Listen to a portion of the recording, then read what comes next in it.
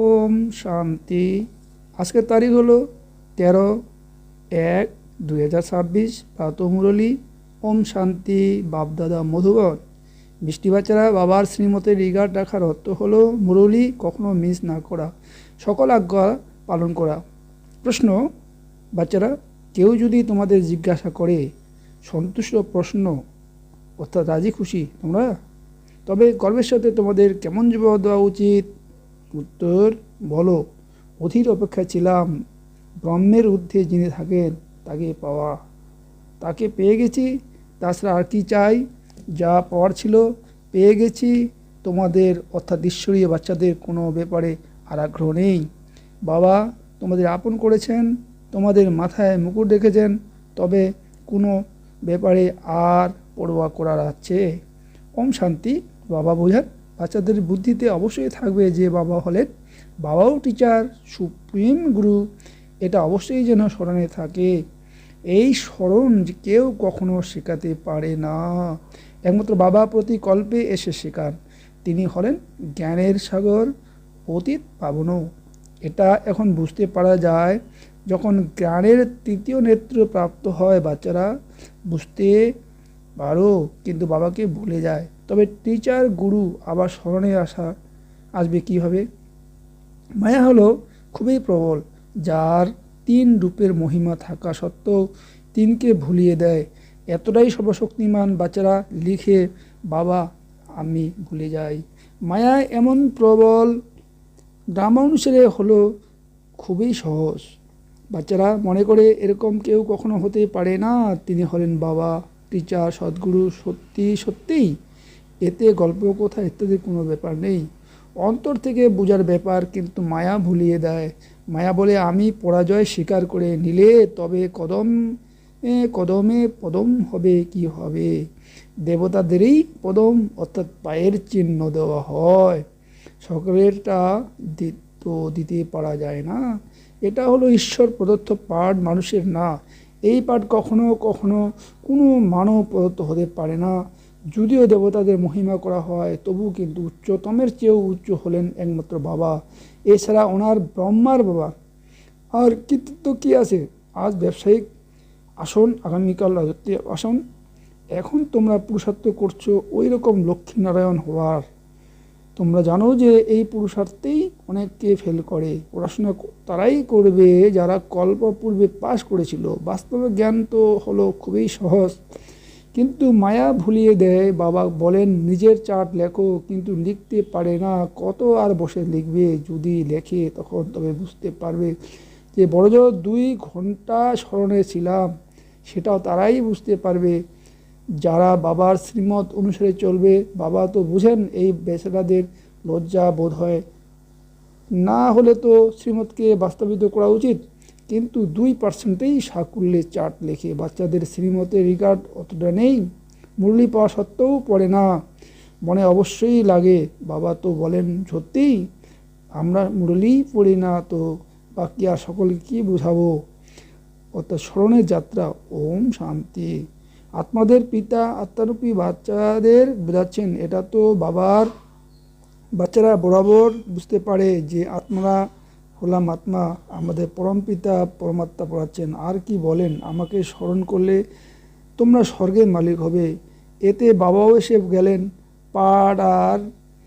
পাঠ করাতে। যিনি পড়াচ্ছেন তিনিও এসে গেলেন, সদ্গতি দাতাও এসে গেলেন। সামান্য শব্দে সমস্ত জ্ঞান এসে যায়। এখানে তোমরা আসেই রিভাইজ করার জন্য। বাবাও এটাই বুঝান, কারণ তোমরা নিজেরাই বলো যে আমরা ভুলে যাই, এই জন্য এখানে আসনেই রিভাইজ করানোর জন্য। যদি কেউ এখানে থেকেও তবু রিভাইজ হয় না, ভাগ্যে নেই। অনুপ্রেরণা একমাত্র বাবাই দিতে পারেন। এই অনুপ্রেরণা একমাত্র বাবা দেন, এতে কাউকেই বেশি খাতির করা যায় না। না হলে স্পেশাল পড়াশোনা করানো হয়। টিচার জানে যে এরা হলো ডাবল অর্থাৎ নির্দেশ, তাই ওদের স্কলারশিপের যোগ্য করে তুলতেই হবে। এই বাবা এরকম করেন না, ইনি তো একরকম ভাবে সবাইকে পড়ান। সেটা হলো টিচারের এক্সট্রা পুরুষার্থ করানো। ইনি তো এক্সট্রা পুরুষার্থ, কাউকে আলাদা এক্সট্রা পুরুষার্থ মানেই হলো মাস্টার কিছু কৃপা করেন। এইরকম তো যদি পয়সা নেয়, বিশেষ টাইম দিয়ে পড়ায় যাতে সে বেশি পড়াশোনা করে হুঁশিয়ার হয়, এক্ষেত্রে বেশি কিছু পড়ার ব্যাপার নেই। এনার তো কোথায় নেই, একটা মহামন্ত্র প্রদান করেন, মনমনা ভব। স্মরণের ফলে কি হয় এটা তো বুঝতে পারো, একমাত্র বাবা হলেন পতিত পাবন। জানো যে ওনাকে স্মরণ করলেই পবিত্র হবে। বাচ্চারা এখন তোমাদের জ্ঞান আছে, যত স্মরণ করবে ততই পবিত্র হবে, কম স্মরণ করলে কম পবিত্র হবে। এটা তো বাচ্চারা তোমাদের পুরুষার্থের উপকার। অসীম জগতের পিতাকে স্মরণ করলে আমরা এমন লক্ষ্মীনারায়ণ হতে পারবো, তাদের মহিমা তো প্রত্যেকেই জানে। বলো যে আপনি হলেন পুণ্য আত্মা, আমি পাপ আত্মা। অনেক মন্দির তৈরি হয়েছে, সেখানে সবাই কি করতে, দর্শন তো লাভ কিছু নেই, একে অপরকে দেখে চলে যায়, ব্যাস দর্শন করতে যায়। অমুকে যাত্রায় যাচ্ছে, আমিও যাব, এতে কি হবে, কিছুই না। বাচ্চারা তোমরা যাত্রা করছো, সেরকম আর সব উৎসব পালন করা হয়, সেরকম যাত্রা হলো এক উৎসব মনে করা হয়। এখন তোমরা স্মরণে যাত্রাকে এক উৎসব বলে মনে করো। তোমরা স্মরণে যাত্রাতে থাকো, কেবল একটা শব্দ মনমনা ভাবো। তোমাদের এই যাত্রা হলো অনাদি। তারাও বলে এই যাত্রা আমরা অনাদি কাল ধরে করে আসছি, কিন্তু তোমরা এখন জ্ঞান সহযোগে বলো আমরা প্রতিকল্পে এই যাত্রা করি। বাবা এসেই এই যাত্রা শিখান। সেই চারধাম জন্মে বাই জন্ম যাত্রা করে, এটা তো অসীম জগতের পিতা বলেন আমাকে স্মরণ করলে তোমরা পবিত্র হয়ে যাবে। এইরকম তো আর কেউ কখনো বলে না যে স্মরণের ফলে তোমরা পবিত্র হবে। মানুষ তীর্থযাত্রায় গেলে তখন সেই সময় পবিত্র থাকে, আজকাল তো সেখানেও কুলুষতা এসে গেছে, পবিত্র থাকেই না। এই যাত্রিক যাত্রা কথা তো কারোর জানা নেই। তোমাদের এখন বাবা বলেছেন এই স্মরণের যাত্রা হলো সত্যিকারের। সেই যাত্রায় তারা পরিক্রমায় বের হয়, তবুও সেখানকার তেমনই থাকে, চক্র কাটতেই থাকে। যেমন ভাস্কো ডা গামা পৃথিবীর পরিক্রমা করেছিল, সেটাও তো চক্র পরিক্রমা করা না।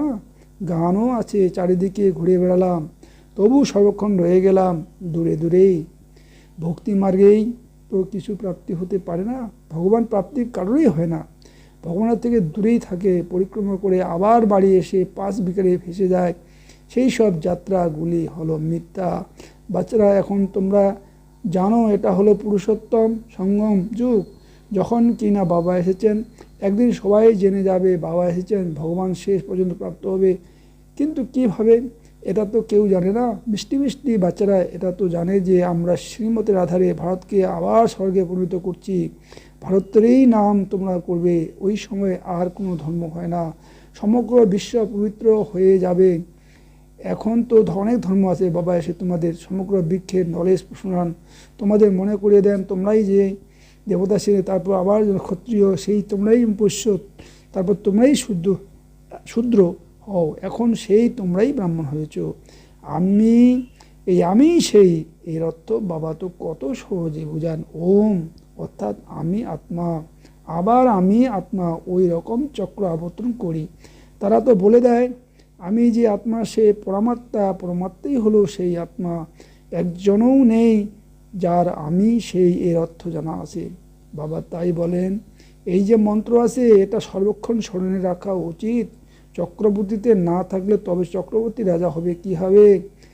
এখন আমরা এই আত্মারা হলাম ব্রাহ্মণ, আবার সেই আমরাই দেবতা হব। এটা তোমরা যে কাউকে জিজ্ঞাসা করো কেউ বলতে পারবে না, তারা তো 84 জন্মের অর্থও বুঝে না। ভারতে উৎখানার পতন এর কথা প্রচলিত আছে, এটা ঠিক আছে। শতপ্রধান শতরজ তম সূর্যবংশী চন্দ্রবংশী বংশী। এখন বাচ্চারা তোমরা সব বুঝতে পেরে গেছো।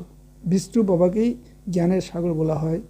তিনি এই চক্রে আসেন না, এরকম নয় যে আমরা জীব আত্মাই পরমাত্মা হয়ে যাই, না। বাবা নিজের সমান নলেজফুল করে তোলেন, নিজের সমান গড করেন না। এই কথাটা খুবই ভালো করে বুঝতে হবে। তবে বুদ্ধিতে চক্র আবর্তিত হতে পারবে, যার নাম সদর্শন চক্র রাখা হয়েছে। তোমরা বুদ্ধি দিয়ে বুঝতে পারো আমরা কীভাবে এই 84 চক্রে আসি। এতে সব কিছু এসে যায়, সময়ও এসে যায়, বর্ণও এসে যায়, বংশাবলীও এসে যায়। বাচ্চারা এখন তোমাদের বুদ্ধিতে এই সমগ্র জ্ঞান থাকা উচিত। নলেজ থেকে উচ্চ পদ প্রাপ্ত হয়, নলেজ থাকলে অন্যান্যদের দিতে পারবে। এখানে তোমাদের কোনো পেপার ইত্যাদি ভরানো হয় না। লৌকিক স্কুলে যখন পরীক্ষা হয় তো পেপার বিলেত থেকে আসে, তৎকালীন সময়ে আসতো। যারা বিলেতে পড়ে তাদের তো সেখানেই রেজাল্ট বের হবে। ওদের মধ্যে কেউ কেউ বড় এডুকেশন অথরিটি হবে যারা এই পেপার পরীক্ষা নিরীক্ষা করে। তোমাদের পেপারস এর নিরীক্ষণ কে করবে? তোমরা নিজেরাই করবে। যেই রকম চাইবে নিজেকে সেই রকম তৈরি করো। যে প্রাপ্ত করতে চাও পুরুষার্থের দ্বারা বাবার থেকে প্রাপ্ত করো, প্রদর্শনী ইত্যাদিতে জিজ্ঞাসা করে না যে কি তৈরি হবে, দেবতা হবে না ব্যারিস্টার হবে না কী হবে। বাবাকে যত স্মরণ করবে, সার্ভিস করবে, ততই ফলপ্রাপ্ত হবে। যারা ভালোভাবে বাবাকে স্মরণ করে তারা মনে করে আমাদের সার্ভিসও করতে হবে, প্রজা তৈরি করতে হবে, যে এই রাজধানী স্থাপন হচ্ছে, তাই সেখানে সব কিছু দরকার। সেখানে উপদেষ্টা থাকে না, উপদেষ্টার দরকার তাদের হয় যাদের বুদ্ধি কম হয়।